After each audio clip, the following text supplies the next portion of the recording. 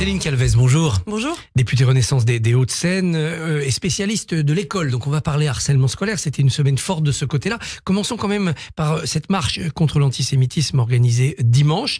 Est-ce que selon vous, il faut accepter le Rassemblement national ou pas ?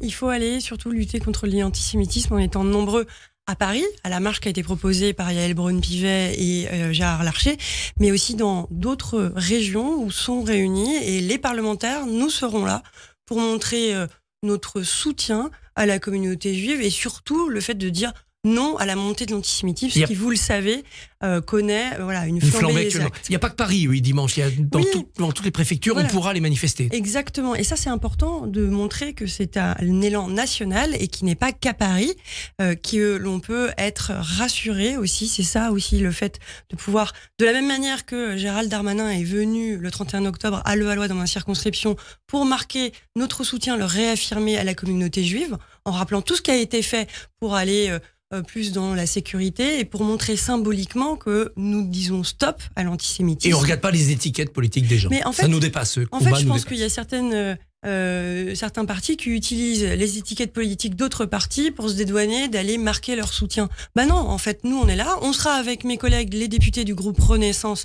Plusieurs dizaines d'entre nous seront à Paris, les autres seront dans des villes de province, dans leur circonscription, pour dire non à l'antisémitisme. Dans les Hauts-de-Seine, il y a cette flambée antisémite. Vous me disiez que les actes ont doublé, mais ils n'ont pas triplé.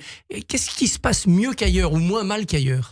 Je pense que ce qu'il faut préciser, c'est que en l'espace d'un mois, on a eu 3 fois plus au niveau national d'actes antisémites qu'en 2022. Finalement, nous, ce qu'on regarde dans les Hauts-de-Seine, comme je vous le disais, en 2022, on avait 35 actes qui avaient été signalés, répertoriés. On en a 69. Donc effectivement, on a le double. Ça veut dire que c'est moins que la moyenne nationale. Je pense qu'il y a une tradition de coexistence qui a été poussée dans les Hauts-de-Seine. Vous savez, dans mes circonscriptions, à Levallois et Clichy, on a une forte communauté juive, on a une forte communauté musulmane, et elles coexistent. Elles se parlent. Elles se parlent. Et ça, il y a un dialogue interculturel qui est assez remarquable, notamment à Levallois, et depuis des années. Et ça, c'est vraiment, je pense, une des solutions aussi pour lutter contre l'antisémitisme. C'est aussi de mieux se connaître, mieux se comprendre, et ce, à tous les stades. Donc le dialogue interculturel, c'est une chose, mais c'est aussi pour nous d'être vigilants, d'avoir une vigilance partagée et de montrer que nous ne tolérerons pas des plus forts actes aujourd'hui. Pour compléter cette union nationale contre l'antisémitisme, est-ce que la présence du président de la République ne serait pas très utile dimanche ? La présence du président de la République, elle est toujours utile. Sa position aujourd'hui, c'est d'avoir rappelé par des mots forts, que ce soit le 8 novembre ou encore plus récemment, que la lutte contre l'antisémitisme était quelque chose de très important. La parole présidentielle est importante. La présence présidentielle peut l'être, mais la parole a déjà été très forte en disant quand on s'attaque à un juif, on s'attaque à la République. Il a repris cette expression et je pense que c'est très important de l'entendre. Et il dit aussi qu'il faut œuvrer pour un cessez-le-feu maintenant là-bas.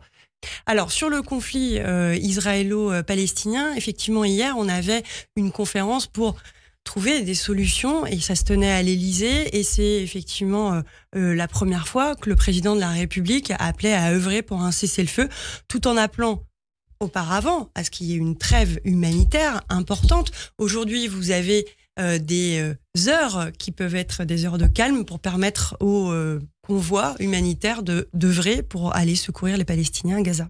Alors hier, c'était la journée de mobilisation contre le harcèlement scolaire. C'est un de vos combats. Vous avez interpellé mardi le ministre de l'Éducation nationale. Est-ce que cette journée, vous en tirez un bilan positif ou est-ce que c'est quand même pas un peu un gadget médiatique ? On en parle puis on passe à autre chose.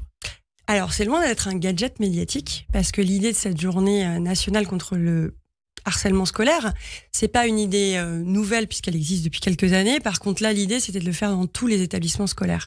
Jusqu'ici, vous avez à peine un tiers des établissements scolaires qui mettaient en place une activité, une séquence spéciale pour la lutte contre le harcèlement lors de cette journée. Là, tous les établissements l'ont fait et ça a été complété d'une démarche inédite.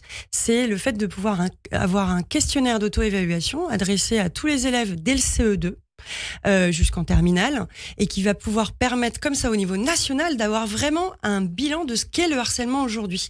C'est un questionnaire anonyme, mais en fait nos chiffres datent depuis 2011. Ça fait très longtemps. Entre-temps, le harcèlement a explosé sur le numérique, est venu prolonger ce qui est vécu par les gens à l'école. Donc là, pour moi, c'était important. J'étais hier à Levallois dans une école primaire et c'était vraiment... Et je pense indispensable de le faire, même dès le plus jeune âge, pour respecter non seulement la parole des victimes, de concerner les auteurs, de leur dire que c'est un délit. Depuis 2022, c'est un délit, rappelons-le. Et puis surtout d'appeler, et ça, moi j'y suis très attachée, et c'était au cœur de ma question à Gabriel Attal mardi, c'est le rôle des témoins.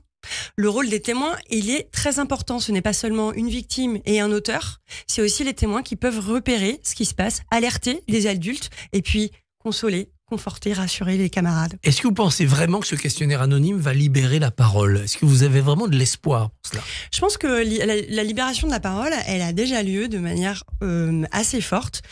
Quand vous avez un témoignage, que ce soit celui de ma collègue Virginie Lanlot lors d'une question au gouvernement, que ce soit celui aussi du ministre de l'Éducation, eh bien ça a révélé beaucoup de témoignages. Moi, j'en ai découvert autour de moi à cette occasion-là. Donc il y a déjà cette parole libérée. Le questionnaire... Les parents peuvent dire à leurs enfants, mais moi aussi, quand j'étais petit, j'ai subi ce que tu subis, donc on peut en parler. Je pense que c'est bien, et vous soulignez quelque chose de fondamental, c'est le rôle des parents. Le rôle des parents, on a des parents qui nous demandent de mieux savoir comment repérer une situation de harcèlement de leur enfant. Parfois, on peut se sentir un peu démuni, et puis parce qu'on ne suit pas son enfant tout le temps à l'école. Et en fait, dans ce cadre-là, en début 2024, il y aura un module à disposition de l'ensemble des parents pour mieux détecter les signes. Donc en fait, on agit à tous les niveaux, au niveau de l'enfant, des enseignants, mais aussi de la cellule familiale. Et le questionnaire, on peut aussi le remplir avec ses parents ou avec son enfant pour l'aider à porter cette parole Alors, le questionnaire est adressé en classe, donc la majorité ont été faits hier, et il y en avait qui a été fait aujourd'hui, parce que parfois, hier, c'était une sortie scolaire, à côté, etc. Donc jusqu'au 15 novembre, le questionnaire peut être rempli.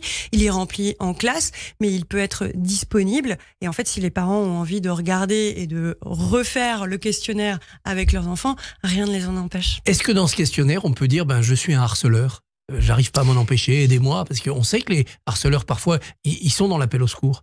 Alors, ce questionnaire, il a été développé par plusieurs pédopsychiatres, et en fait, il y a eu vraiment toute une volonté plutôt de repérer les faits de harcèlement, pas forcément d'aller jusqu'à dire est-ce que tu as harcelé ou est-ce que tu as été témoin d'un harcèlement.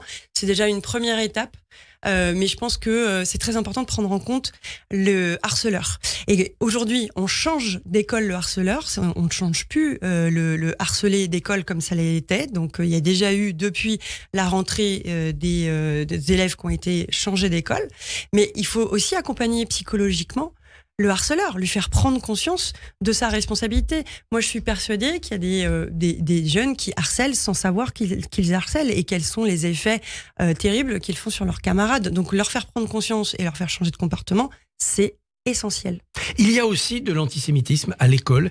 Est-ce qu'il faut avoir peur aujourd'hui quand ces enfants sont dans une école confessionnelle juive ? Il faut pas avoir peur, mais je constate qu'il y a des peurs. Vous avez aujourd'hui auprès des écoles juives les forces sentinelles qui les gardent. Il suffit qu'il y ait quelques minutes de décalage avant l'arrivée des sentinelles. On a un certain effroi, et puis je constate malheureusement que certains parents n'ont pas remis leurs enfants justement dans l'école, et pourtant de confession juive, de leurs enfants. On a mis 10 000 forces de sécurité pour renforcer les écoles confessionnelles et les lieux de culte. On a franchement surtout à cœur à dire l'école, c'est le lieu de la collectivité, c'est le lieu de l'apprentissage. En fait, il faut que les enfants se sentent en sécurité à l'école, et il faut que les parents aient confiance dedans. Je peux comprendre la peur, mais la peur, elle n'a pas à être là vu les moyens que l'on met pour sécuriser les écoles. Depuis des années, on entend il y a des difficultés dans certains établissements à enseigner la Shoah, à parler du conflit au Proche-Orient. Ça s'aggrave ou on a réussi à faire des progrès ? Je ne suis pas sûre que ça s'aggrave. Il y a un fait intéressant, c'est de regarder l'autocensure. Il y a une étude IFOP de décembre 2022 qui dit que les professeurs dans le secondaire, à 56%, disent s'être autocensurés, notamment pour aborder ces questions donc de la Shoah ou encore des questions de laïcité. Donc est-ce que c'est une reconnaissance de sa propre autocensure dont on n'avait pas forcément connaissance? Je ne sais pas, mais ça veut dire que c'est une majorité, alors que ce qui doit être enseigné doit être enseigné. Et ce qu'il faut faire, et ça c'est une piste que l'on doit encore plus poursuivre, c'est que si on se sent un peu démuni ou qu'on se dit tout seul, je sais pas comment faire, eh bien, il faut ouvrir la porte. On a des tas d'associations qui sont là. Et on le voit, hein, quand on doit témoigner de la Shoah, on a encore, de moins en moins, mais encore des personnes qui peuvent témoigner. C'est des témoignages forts. Et il faut aussi apporter ce soutien aux enseignants, de se dire, vous n'êtes pas seuls. Vous n'êtes pas seuls pour aborder ces questions. Elles sont difficiles. Vous avez un rôle extrêmement important, mais vous n'êtes pas seul pour pouvoir porter ce qui doit être porté aux jeunes générations. Lundi, 183 élèves n'ont pas fait leur rentrée parce qu'ils s'étaient mal comportés. Ils avaient contesté les hommages à Dominique Bernard, le professeur assassiné à Arras par un islamiste. Qu'est-ce qu'il faut faire de ces élèves? Alors, il va y avoir des conseils de discipline, oui.